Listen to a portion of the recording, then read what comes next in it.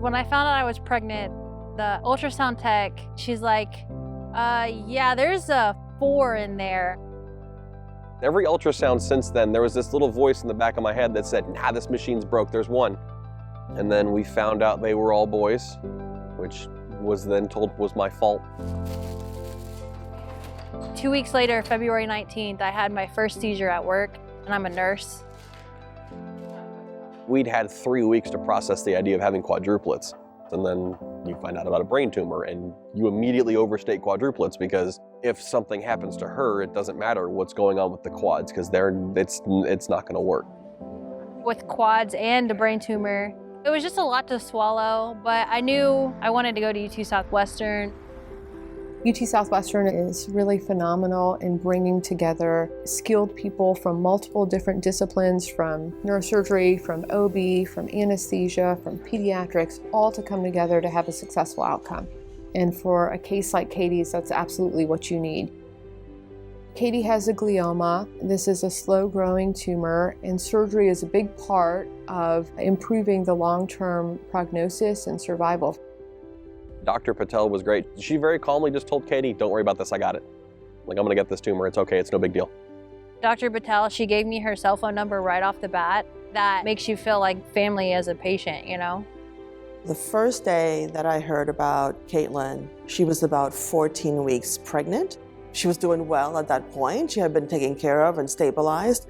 Dr. Santiago and I were in frequent contact as we were planning what's the optimal time for her to have surgery, when should this tumor come out, what's the best for the babies, what's the best for the mother. And then in that waiting period, she had another seizure.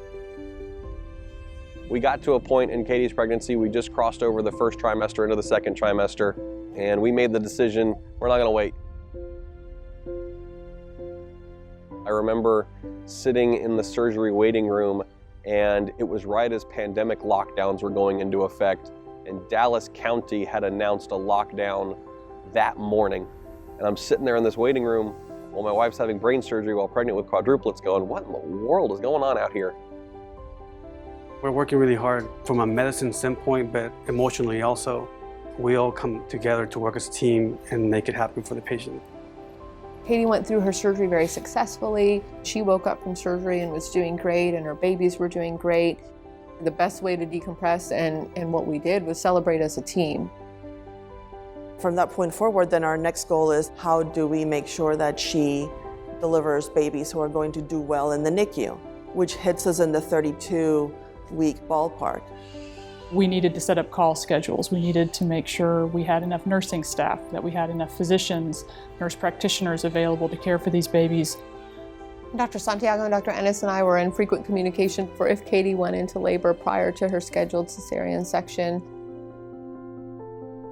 As I got bigger, I told Chris like every day, I'm like, these babies just need to come out. I was ready.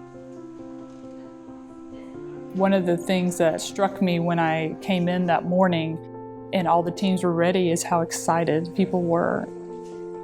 We had 3 providers for each baby, so about 12 people just to be hands-on and at the bedside. Then we had close to 18 to 20 people just for those 4 babies and getting them admitted. The activity that you saw in the OR that day was the end result of all that careful planning for this delivery. A labor and delivery nurse, I think, has to be a special kind of human being. And I think the ones here at UT Southwestern are outstanding. They really carried the day, I think, for Katie. Every time the baby would come out, the team in the coordinated colored caps would come together and bring them to their little bed. One of the fun things about working in a place like UT Southwestern, you get to see things like this, and it's always fun to see the team work well. We're in it with them. We're as committed to their health care as they are. One neurosurgeon cannot take care of a patient like Katie on their own, and a high-risk OB can't take care of a patient like her on their own. It really requires team effort. I get routine MRIs every 3 months and telehealth visits. I have beautiful, healthy baby boys, and I don't know if that would have been possible if it weren't for UT Southwestern. 10 years ago, if you'd have told me, hey, you're gonna have 5 kids in a minivan, I would have laughed at you. And I now have 5 kids in a minivan, so It's just going to be an adaptive process, but it's going to be a fun and interesting journey. I'm very thankful for UT Southwestern and everything that they gave me